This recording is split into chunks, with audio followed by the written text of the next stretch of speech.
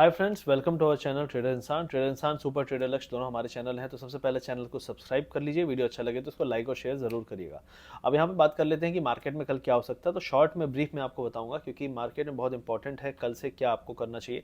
मुझे लगता है यहाँ पे कि एफ का जो डेटा है वो ये बता रहा है कि मार्केट यहाँ पे बहुत ज़्यादा ऊपर भी नहीं जाएगा। तो जो बाउंस ऑलरेडी आ चुका है, इस बाउंस के बाद अगर कोई भी छोटा मोटा बाउंस आता है मंडे को, वो सेलिंग अपॉर्चुनिटी की तरह रहेगा। लोअर एरिया में 44,900 जो है वो आपका सपोर्ट होगा, 900 800 एरिया। अगर डॉलर फिर से मंडे से बढ़ता हुआ दिखे, क्योंकि अगले हफ्ते बहुत इंपॉर्टेंट डेटा है, इन्फ्लेशन का डेटा है। इंडिया का इन्फ्लेशन का डेटा ट्यूसडे को है, यूएस का वेडनेसडे को है, और फिर फेड की मीटिंग भी आने वाली है। तो मुझे लगता है फेड की मीटिंग के पहले पहले अगर डेटा ये गड़बड़ आया तो मार्केट फेड मीटिंग के पहले ही उसको प्राइज इन करने की कोशिश करेगा। क्रूड ऑयल ऑलरेडी 91 के आसपास है, डॉलर 105 के ऊपर चल रहा है। तो ये सारी चीज़ें मार्केट के डायनेमिक्स को बिगाड़ती हैं। तो मुझे ऐसा लगता है कि जो थोड़ी बहुत ऑप्टिमिज्म था G20 और ये सब, मोस्टली ये खत्म हो चुका है। अब मार्केट रियलिटी पे जाएगा कि क्या इन्फ्लेशन हाई है। इन्फ्लेशन अगर हाई है और रहने वाली है तो डेफिनेटली ये प्रॉब्लम पूरे वर्ल्ड के लिए बनने वाला है, क्योंकि इंटरेस्ट रेट बढ़े रहेंगे। तो इंटरेस्ट रेट बढ़ने पे हमारे मार्केट को हाई पे सस्टेन होने के लिए बहुत ज़्यादा लोकल फ्लोज की जरूरत पड़ेगी, जो कि अगले 3-4 महीने मुझे नहीं लगता बढ़ने वाले, इनफैक्ट कम होने वाले हैं। और रिडेम्पशन का प्रेशर भी बढ़ेगा, क्योंकि बहुत सारे लोग 2-3 साल कोविड के बाद जिन्होंने इन्वेस्ट किया है उनको भी 3 साल हो चुके हैं, तो वो लोग भी पैसे अपना निकालना शुरू कर सकते हैं अभी, क्योंकि उनको मतलब उनका 3 साल हो चुका है, राइट, मिनिमम जो क्राइटेरिया होता है। तो ये सब चीज़ें भी फैक्टर में रहेंगी, और इलेक्शन ईयर है तो डेफिनेटली ये आपको ध्यान देना है।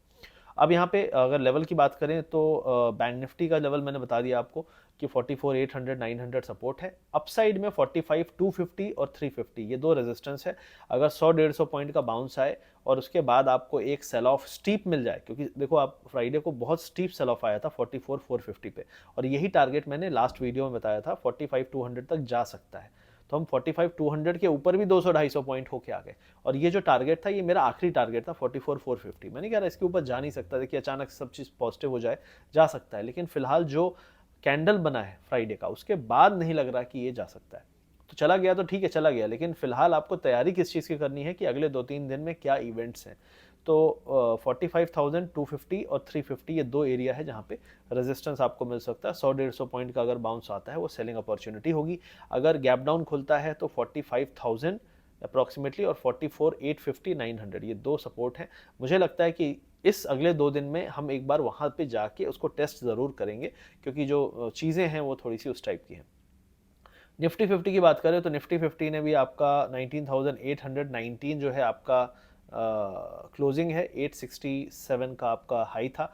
हाई से काफ़ी यहाँ पे भी अपर विक बना है। तो मुझे लगता है कि 19,830 835 एरिया अगर हम उसके नीचे ही रहते हैं पहले 15 से 15 to 30 मिनट्स, तो आपका ये दिखाएगा साइन कि ऊपर जाने के चांसेस कम है, सेलिंग प्रेशर थोड़ा हाई है।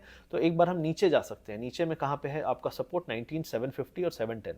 तो ये दो एरिया है। 710 पे आप अगर पहुंच जाए, मान लो 100 पॉइंट 100 पॉइंट का फॉल के बाद, तो वहां पे शायद एक बाइंग की अपॉर्चुनिटी बने। उससे पहले बाइंग का अटेम्प्ट करना बहुत सही चीज़ नहीं रहेगी।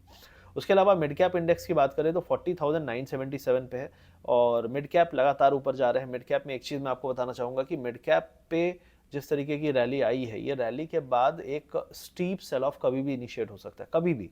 रीज़न नहीं होगा, कुछ नहीं होगा, बस एक रीज़न आप बाद में, मतलब गिरने के बाद रीज़न ढूंढेंगे कि क्या था, अरे यार फेड की पॉलिसी थी, या इन्फ्लेशन डेटा हाई आने वाला था, डॉलर बढ़ रहा था, ये सब बाद में पता चलेगा। और जो लोकल फ्लोज हैं वो भी एक समय बाद प्रॉफिट बुक करेंगे। जैसे मैंने कहा कि जो कोविड के बाद इन्वेस्ट किए होंगे उनको 3 साल तो हो चुके हैं, तो 3 साल में जो लॉक इन होता है बड़े बड़े फंड्स का, वो भी अब हो चुका है, मतलब ओपन हो चुका है, दे कैन रिडेम, तो रिडीम कर सकते हैं। तो मेरा ये कहना है कि जो 21 EMA है वो अप्रॉक्सीमेटली 39 के आसपास है, और हम 40,890 पे हैं। तो ये दिखाता है कि 19 ऑलमोस्ट 1900 पॉइंट दूर हम मूविंग एवरेज से आ चुके हैं, जो कि नॉर्मली अगर आता है तो बहुत ज़्यादा खतरा बढ़ जाता है। तो नई एंट्री अवॉइड करना चाहिए यहाँ पे, और जो पुरानी एंट्री है उनको सोचना चाहिए कि क्या हमारा स्टॉक काफ़ी चल चुका है, नया हाई पिछले 2-3 दिन 4 दिन में नहीं बना रहा है, तो मतलब वो थक गया है, वो बोल रहा है कि मैं तो थक गया हूँ, मेरा हो चुका है, ठीक है। लेकिन हाँ, इंडेक्स आपको दिखा रहा है कि ऊपर जा रहा है, लेकिन आपका स्टॉक शायद ऊपर जाके अपना टॉप बना चुका हो। तो ये आपको चेक करने का समय अगले 1-2 दिन मिलेगा। अगर उसमें उसके बाद अगर इन्फ्लेशन डेटा खराब आया तो मैंने आपको बता दिया है, मार्केट बहुत ही वाइल्ड मूव्स दे सकता है। ये चीज़ आपको ध्यान देना है। और स्टॉक्स में आपका जैसे HDFC बैंक 200 DMA के आसपास आया है, तो वहाँ पे रेजिस्टेंस है। उसके अलावा SBI कोई ज़्यादा मूवमेंट नहीं दिखा इसमें। PSU बैंक हाई बनाया लेकिन इसने हाई नहीं बनाया, इसमें भी सेलिंग आ गई लास्ट में। तो ये सारे अपने रेजिस्टेंस पे हैं, और मुझे लगता है अगले हफ्ते थोड़ा सा आपको कंसोलिडेशन प्रॉफिट बुकिंग दिख सकती है 1 to 1.5% की सारे इंडेक्सेस में वेडनेसडे को, क्योंकि डेटा है। और डॉलर को आपको नज़र में रखना है कि डॉलर किस तरीके से मूव होता है, क्योंकि डॉलर हाई पे है तो मेटल स्टॉक्स फिर से प्रेशर में आ सकते हैं अगले हफ्ते। तो ये फिलहाल व्यू है। विक्स पे नज़र रखिएगा, विक्स क्योंकि बहुत कम हो चुका है, तो मुझे लगता है विक्स मंडे से भागना शुरू होना चाहिए, क्योंकि ऐसा ऐसा इवेंट है जिसके कारण वॉलेटिलिटी बढ़ती है, तो इतने कम वॉलेटिलिटी में डेफिनेटली स्पाइक होने के चांसेस रहेंगे। तो ये फिलहाल मेरा व्यू है। यहाँ पे टाटा मोटर एक स्टॉक है जो थोड़ा सा बुलिश ब्रेकआउट काइंड ऑफ माहौल बना रहा है, तो इस पर नज़र रखिए। अगर 620 के ऊपर रहता है तो ये थोड़ा और अपसाइड दिखा सकता है, क्योंकि इसका स्ट्रक्चर एक अच्छा ब्रेकआउट वाला बन रहा है। उसके अलावा एल जो है वो ब्रेकआउट दिया है, लेकिन उसके बाद यहाँ पे ज़्यादा मोमेंटम ऊपर और मिलने के चांसेस कम है, तो इसको आप नज़र में रख सकते हैं। उसके अलावा आई डोंट थिंक कि बहुत ज़्यादा अगले 3-4 दिन आपको इंटरेस्ट लेना चाहिए मार्केट में। कम कैपिटल में प्ले अराउंड करिए और अपने कैपिटल को बचाने की कोशिश करिए। ये मेरा व्यू है। आई होप वीडियो अच्छा लगा तो लाइक करिए, शेयर करिए, सब्सक्राइब करिए। अगर इस वीडियो में आपको कुछ भी अच्छा लगता है, आप और सीखना चाहते हैं, तो हमारा STL सुपर ट्रेडर प्रोग्राम है, वहाँ पे JSK30 कोड चल रहा है, आप हमारे कोर्स में एनरोल कर सकते हैं। वहाँ पे आपको गाइडेंस, लर्निंग, एनालिसिस वीडियो, ये सारी चीज़ें मिलती हैं, तो डेफिनेटली आपको काफ़ी मदद कर सकती हैं। मिलते हैं अगले हफ्ते। Thank you very much, see you soon.